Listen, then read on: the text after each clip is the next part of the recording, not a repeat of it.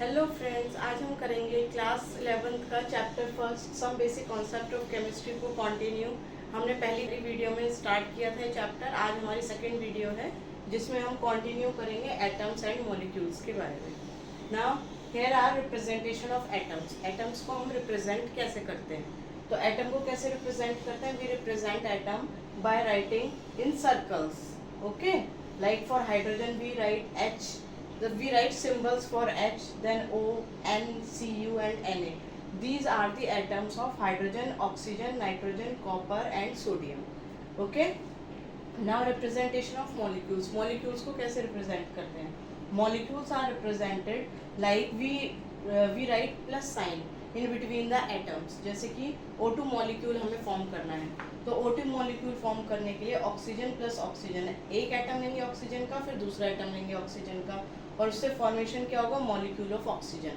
This O2 will be formed. Okay, now we consider H2O, water. Water का हम लेंगे molecule. Water का कैसे बनता है molecule? We combine two hydrogen atom and one oxygen atom to form water molecule. Next is your CO2. For CO2 we take 2 atom of oxygen and 1 of carbon atom. Then 1 carbon and 2 oxygen they combine to form CO2 molecule. ये carbon dioxide का molecule है, ये water का molecule है। Now properties of a compound are different for those of its constituent elements. जो भी compound form हुआ है आपका, चाहे वो CO2 हो, H2 हो, O2 हो, ये जो कंपाउंड्स हैं उनकी जो प्रॉपर्टीज हैं वो डिफरेंट होती हैं उनके कॉन्स्टिट्यूएंट से। मीन्स जिस चीज़ से वो मिलकर बने हैं उससे उसकी प्रॉपर्टीज अलग होंगी। कैसे? एग्जाम्पल हमने लिया वाटर। वाटर इज लिक्विड, पानी लिक्विड है, whereas hydrogen and oxygen are gases. Hydrogen और ऑक्सीजन गैसेज होती हैं, तो गैसेज कंबाइन की और लिक्विड फॉर्म हुआ। तो we can say that the properties of compound is different from its constituent elements. Okay, now we have studied that compound है वो लिक्विड है, लेकिन हाइड्रोजन और ऑक्सीजन गैसेज हैं। मीन्स कॉन्स्टिट्यूएंट और जो कंपाउंड फॉर्म हुआ है दोनों की प्रॉपर्टीज अलग अलग है। अब देखिए इन वाटर, वाटर जो बना हुआ है हाइड्रोजन और ऑक्सीजन से, उनकी कैरेक्टरिस्टिक्स देखिए। हाइड्रोजन बर्न करता है पॉप साउंड के साथ में, oxygen is supporter of combustion, oxygen help करता है कंबशन में, और वाटर जो है फायर एक्सटिंग्विशर का काम करता है, मीन्स आग बुझाने का काम करता है। तो ये जो तीनों है हाइड्रोजन और ऑक्सीजन कंबाइन करके जो वाटर फॉर्म किया है, तीनों की प्रॉपर्टीज अलग अलग है। ठीक है, now properties of matter, we come on this topic. Properties of matter क्या है? मैटर की प्रॉपर्टीज को हमने 2 में डिवाइड किया है। One is physical properties, another is chemical properties. Some physical properties of matter are colour, order, melting point, boiling point and density. Colour, उसका colour कैसा है, ऑर्डर उसकी स्मेल कैसी है, मेल्टिंग पॉइंट कितने टेम्परेचर पे वो पिघलता है, बॉइलिंग पॉइंट कितने टेम्परेचर पे वो बॉयल होता है, उबलना शुरू होता है, एंड डेंसिटी, डेंसिटी क्या है उसकी? Density is equal to mass per unit volume होता है। Now chemical properties, chemical properties क्या होती है? Acidity, basicity and combustibility. Means उसकी एसिडिटी कितनी है, वो कितना बेसिक है, उसकी बेसिसिटी कितनी है, और कंबस्टिबल कितना है, वो जल सकता है या नहीं जल सकता। There are lots of chemical properties etcetera. Chemical reaction, वो सबके साथ अलग अलग केमिकल रिएक्शन करता है। These all come under chemical properties. Okay, अब स्टूडेंट्स हम पढ़ेंगे क्वांटिटेटिव ऑब्जर्वेशंस को। क्वांटिटेटिव ऑब्जर्वेशंस क्या है? Quantitative observations are represented by a number. Quantitative observation में हम एक नंबर रिप्रेजेंट करते हैं, then followed by units in which it is measured. फिर उसके बाद वो यूनिट आती है जिसमें उस नंबर को मेजर किया जाता है। देखिए एग्जाम्पल है आपका लेंथ ऑफ अ रूम। किसी रूम की लेंथ को आपको मेजर करना है, it is measure like 6 metre. हमने कहा 6 मीटर है, तो इसमें 6 क्या है? ये नंबर है, and m denotes metre, m बताता है उसकी यूनिट। मीन्स क्वांटिटेटिव ऑब्जर्वेशंस को हम किस तरह रिप्रेजेंट करते हैं? पहले नंबर आता है, बाद में उसकी यूनिट आती है। Now there were 2 different systems of measurements initially. क्या था? English system and metric system. 2 system थे for measurements. Then a problem arise कि इंटरनेशनल लेवल पे कोई एक कॉमन सिस्टम नहीं है जिससे हर कंट्री का जो है मैच कर पाए डाटा। तो क्या है कि a common standard system was established. एक कॉमन स्टैंडर्ड सिस्टम एस्टैब्लिश हुआ 1960 में, which was called SI system. And SI means international system of units. SI क्या था आपका? इंटरनेशनल सिस्टम ऑफ यूनिट्स की शॉर्ट फॉर्म थी। देन SI सिस्टम में क्या था? SI system was having 7 basic units. इसमें 7 बेसिक यूनिट्स थी। क्या? Length, mass, time, electric current, thermodynamic temperature, amount of substance and luminous intensity. These were 7 basic units in international system. अब हम आते हैं prefix used in SI system. SI system में जो prefix use होते हैं वो क्या है? पहले आप समझिए प्रीफिक्स का क्या मतलब है। प्रीफिक्स मीन्स जो पहले लगाए जाते हैं, ठीक है। जैसे मान लीजिए मीटर है आपका, मीटर से पहले अगर आपने कोई प्रीफिक्स लगाया तो वो बन गया, अगर आपने किलो लगाया तो प्रीफिक्स बन गया किलोमीटर। मीटर और किलोमीटर, देखिए मीटर और किलोमीटर में क्या रिलेशन है कि 1 किलोमीटर में 1000 मीटर होते हैं, ठीक है। तो इसी से पता चला है यहाँ पर देखिए 10⁻3 किलो मीन्स 10⁻3। ओके, तो प्रीफिक्स हम यूज करते हैं एसआई सिस्टम में, और हमें पता होना चाहिए कि किसका मतलब क्या है। मीन्स अगर प्रीफिक्स ये लगा है, योक्टो प्रीफिक्स लगा है, तो इसका मतलब क्या है, 10⁻⁴ क्या।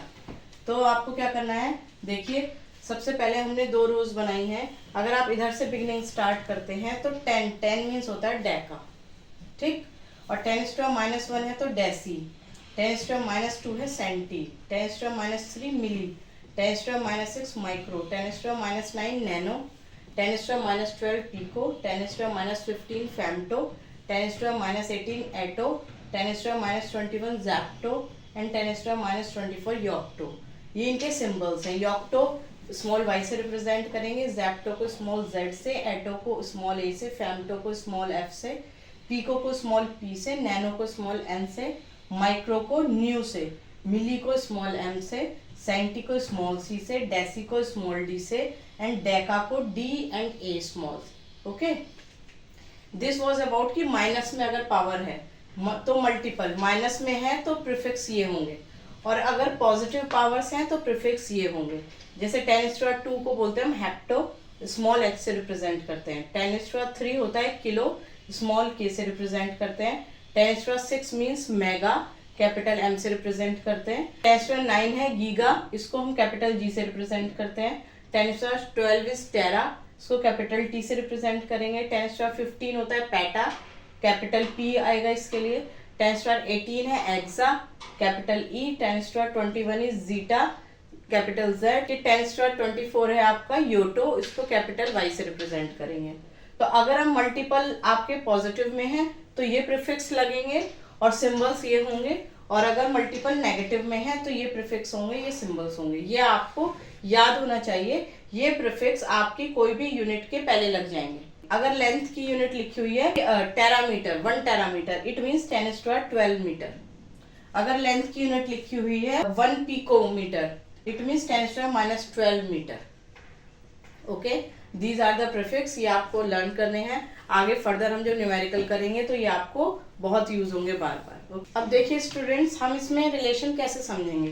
देखिए अगर लिखा हुआ है एग्जाम में 1 PM, P कैपिटल है और M स्मॉल है, तो P कैपिटल किसका होता है, पेटा का। तो 1 PM का मतलब है 1 पेटामीटर। अब 1 पेटामीटर और मीटर में क्या रिलेशन है। फिर नेक्स्ट है आपका 1 गीगामीटर। 1 गीगामीटर क्या है, गीगा को रिप्रेजेंट किससे करते हैं, कैपिटल जी से, और मीटर को स्मॉल एम से। तो 1 GM लिखा है, इट मीन्स ये है 1 गीगामीटर, और 1 गीगामीटर इक्वल टू होता है 10⁻9 मीटर। कैसे हमें पता चला, क्योंकि गीगा होता है 10⁻9। नाउ 1 माइक्रोमीटर, देखिए माइक्रो कहाँ पर है आपका, इधर माइक्रो होता है 10⁻6। तो 1 माइक्रोमीटर इक्वल टू, अब माइक्रो का साइन होता है न्यू, देखिए इधर न्यू, तो कैसे लिखेंगे 1 माइक्रोमीटर। इसको क्या पढ़ेंगे, ये है 1 माइक्रोमीटर। हमें इससे पढ़ना भी आ जाएगा।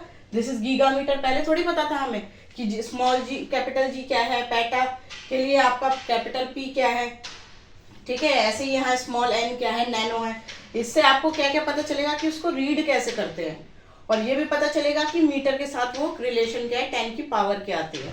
तो 1 माइक्रोमीटर इज इक्वल टू क्या लिखेंगे, 1 न्यू एम, और that is equal to 10⁻6 metre. तो 1 माइक्रोमीटर होता है 10⁻6 मीटर के बराबर। 1 गीगामीटर होता है 10⁻9 मीटर के बराबर। 1 पेटामीटर होता है 10⁻15 मीटर। इस तरह से आप रिलेशन को समझ सकते हैं। अब स्टूडेंट्स देखिए यहाँ पर ये कैसे बनेगा और आपको याद कैसे रखना है। देखिए आप याद रखिए 10 को, 10 है डेका, ठीक। 10 के बाद देखिए 1 माइनस हो गया तो हो गया डेसी। अब फिर नेक्स्ट एक 1 और माइनस हो गया तो बन गया सेंटी, एक 1 और माइनस हो गया तो मिली। इसके बाद जितने भी हैं वो 3 आप माइनस करेंगे। जैसे -3 मिली है तो और 3 और उसमें कर दिया -6 हो गया, -6 में और 3 किया -9 हो गया, -9 में और 3 -12, देन -12 में और 3 -15, -15 में और 3 -18, देन और -3 तो -21, देन और 3 करा आपने तो -24। तो यहाँ पर 3 का गैप है, किसके बाद? -3 के बाद। 1 से लेके 3 तक आप 1 डिक्रीज करेंगे, ठीक।